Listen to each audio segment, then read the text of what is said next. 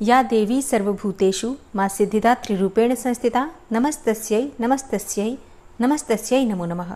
ओम दुंग दुर्गाय नमः। आप सभी को शारदीय नवरात्रि की महाअष्टमी और नवमी तिथि की मंगल शुभकामनाएं।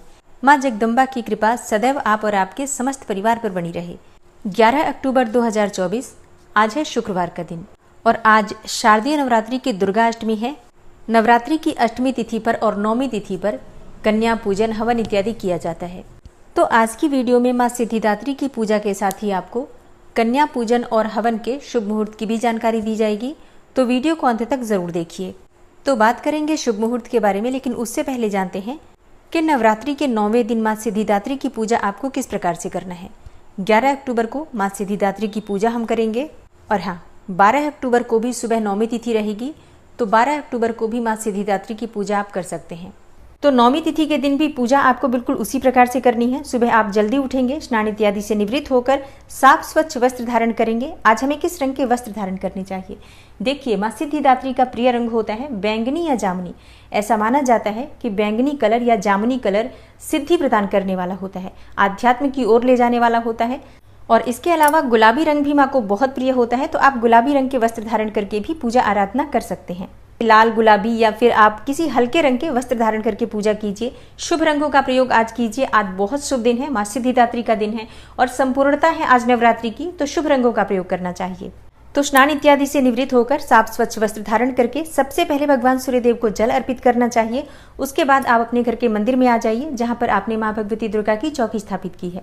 अब आपको सबसे पहले सभी देवी देवता जो आपने विराजमान कर रखे हैं उन्हें प्रणाम कीजिए और इसके बाद शुद्ध आसन डालकर चौकी के सामने बैठ जाइए। अपने ऊपर थोड़ा जल छिड़क लीजिए। आसपास जो सामग्री पूजा की है सब पर थोड़ा थोड़ा जल का छिड़काव कर लीजिए और मंत्रोच्चारण करते रहिए। मंत्रों के द्वारा ही हमेशा पूजा प्रारंभ करनी चाहिए। किसी भी मंत्र का जप करते हुए, जैसे कि ओम सर्व मंगल मांगल्ये शिवे सर्वार्थ साधिके शरण्ये त्र्यंबिके गौरी नारायणी नमोस्तुते, आप इस मंत्र का भी जप कर सकते हैं या किसी भी दूसरे मंत्र के द्वारा स्थान का शुद्धिकरण कीजिए। उसके बाद अपने सामने शुद्ध घी का एक दीपक प्रज्वलित कर लीजिए और इसके बाद आपकी पूजा प्रारंभ हो जाती है। सबसे पहले आप गणेश जी का पूजन करेंगे, कलश का पूजन करेंगे, क्योंकि कलश में सभी देवी देवता विराजमान हैं। तो आप सबकी पूजा करने के बाद मां भगवती दुर्गा की पूजा करेंगे। जैसे कि अगर आपने नवग्रह मंडल स्थापित किया है या षोडश मातृका स्थापित की है, तो इन सबकी पूजा आपको पंचोपचार विधि से धूप, दीप, नैवेद्य, अक्षत, पुष्प ये सभी चीजें अर्पित करके करना है। उसके बाद मां सिद्धिदात्री की पूजा करनी है। तो मां सिद्धिदात्री का ध्यान करने के लिए अपने दाहिने हाथ में अक्षत, जल और पुष्प ले लीजिए और मां सिद्धिदात्री का ध्यान कीजिए। मां सिद्धिदात्री का स्वरूप क्या है जिसका आपको पूजा के समय ध्यान करना है?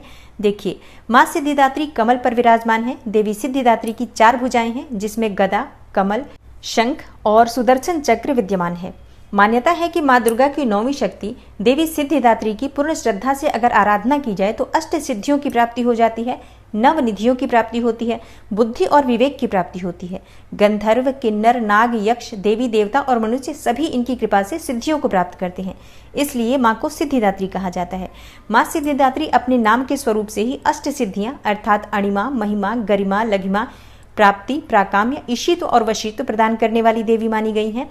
तो मां सिद्धिदात्री के इसी स्वरूप को आपको सच्चे मन से ध्यान करना है।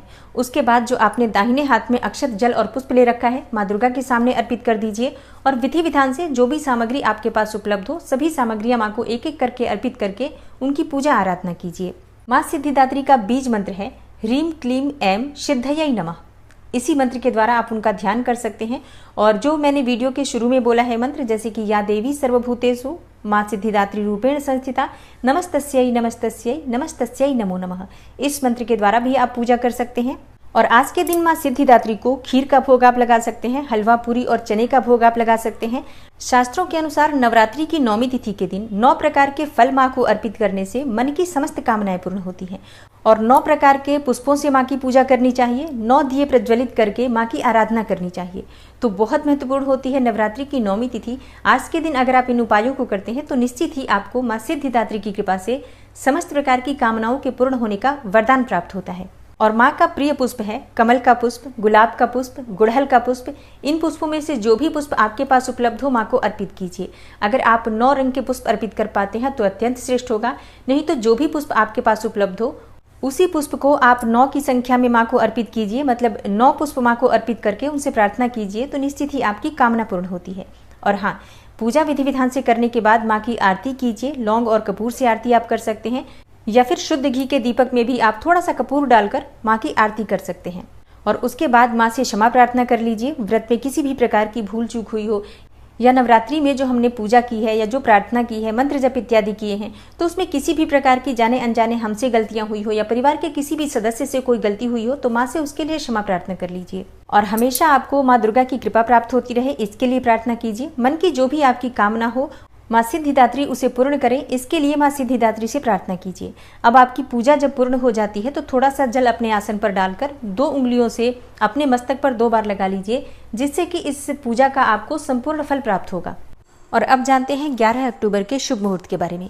देखिए, 11 अक्टूबर को सूर्योदय काल का समय रहेगा सुबह 6:17 पर, और सूर्यास्त का समय है शाम को 6:01 पर। नौमी तिथि प्रारंभ हो रही है 11 अक्टूबर को दोपहर में 12:07 पर, और नौमी तिथि का समापन होगा 12 अक्टूबर को सुबह 10:58 पर। 11 अक्टूबर को अभिजीत मुहूर्त का समय रहेगा सुबह 11:52 से दोपहर 12:34 तक, और ब्रह्म मुहूर्त का समय है सुबह 4:07 से सुबह 5:05 तक। 11 अक्टूबर को अमृत काल का समय है सुबह 6:08 से सुबह 7:41 तक। ये सभी शुभ मुहूर्त हैं जिस समय में आप पूजा आराधना कर सकते हैं, मंत्रों का जप कर सकते हैं, कन्या पूजन भी कर सकते हैं और हवन भी कर सकते हैं। अब एक ऐसा समय जिस समय में आपको कोई भी शुभ काम नहीं करना है, वो रहेगा राहु काल का समय, जो कि सुबह 10:30 से दोपहर 12 बजे तक रहेगा। इस 1.5 घंटे के भीतर आपको कोई भी शुभ काम प्रारंभ नहीं करना है, लेकिन अगर आप पहले से कर रहे हैं कोई काम तो बिल्कुल कर सकते हैं, कोई समस्या नहीं है। अच्छा, कन्या पूजन आप ब्रह्म मुहूर्त में भी कर सकते हैं, अभिजीत मुहूर्त में भी कर सकते हैं। इसके अलावा विजय मुहूर्त आपको प्राप्त होगा 2 बजे से दोपहर 2:47 तक। मतलब दोपहर में 2 बजे से 2:47 तक आप कन्या पूजन कर सकते हैं। अच्छा, कई भक्तों के प्रश्न आते हैं कि क्या हम शाम को कन्या पूजन नहीं कर सकते? जी हाँ, कर सकते हैं। शाम को कन्या पूजन का शुभ मुहूर्त नोट कीजिए। शाम को 5:54 से शाम 7:08 तक ये कन्या पूजन का शुभ मुहूर्त है। गोधूली मुहूर्त में आप कन्या पूजन कर सकते हैं। अब बात करें हवन के शुभ मुहूर्त के बारे में, तो देखिए, वैसे तो आप अष्टमी में भी हवन कर सकते हैं, लेकिन नवरात्रि का जो विशेष हवन होता है नवमी में किया जाता है, नवमी तिथि में किया जाता है। तो हवन करने का जो सबसे शुभ मुहूर्त है 11 अक्टूबर को प्रारंभ होगा दोपहर में 12:08 से, और समाप्त होगा 12 अक्टूबर को प्रातःकाल 10:58 तक। मतलब नौमी तिथि जब से प्रारंभ हो रही है और जब तक समाप्त हो रही है, इस बीच में आप नौमी का हवन कर सकते हैं। नवरात्रि के समापन होने पर दुर्गा जी का विसर्जन किया जाता है। मतलब जो लोग दुर्गा जी की मूर्ति लाकर अपने घर में स्थापित करते हैं, या पांडाल में भी स्थापित की जाती है जो मूर्ति, जैसे कि माँ दुर्गा के मिट्टी का विग्रह अगर आप स्थापित करके पूजा कर रहे हैं नवरात्रि में, या फिर पांडाल में स्थापित है, तो ऐसे में विसर्जन का जो शुभ मुहूर्त आपको प्राप्त होगा 12 अक्टूबर को प्राप्त होगा। इस दिन दोपहर में 1:17 से दोपहर 3:35 तक दुर्गा विसर्जन का शुभ मुहूर्त है। तो दोस्तों, यह है आज की वीडियो। उम्मीद करती हूँ आपके लिए उपयोगी होगी। अगर वीडियो पसंद आई हो तो लाइक कीजिए, शेयर कीजिए, और चैनल पर पहली बार आए हैं, अगर अभी तक आपने चैनल को सब्सक्राइब नहीं किया है, तो आज की वीडियो अगर आपको अच्छी लगे तो चैनल को सब्सक्राइब करके बेल आइकन को जरूर प्रेस कर लीजिए।